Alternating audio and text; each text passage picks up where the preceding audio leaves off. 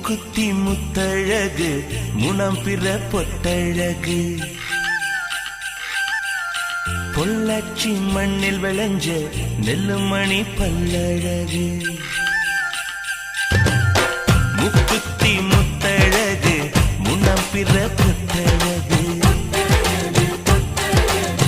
பொள்ளாச்சி மண்ணில் விளைஞ்ச நெல்லுமணி பல்லழகு பத்து விரல்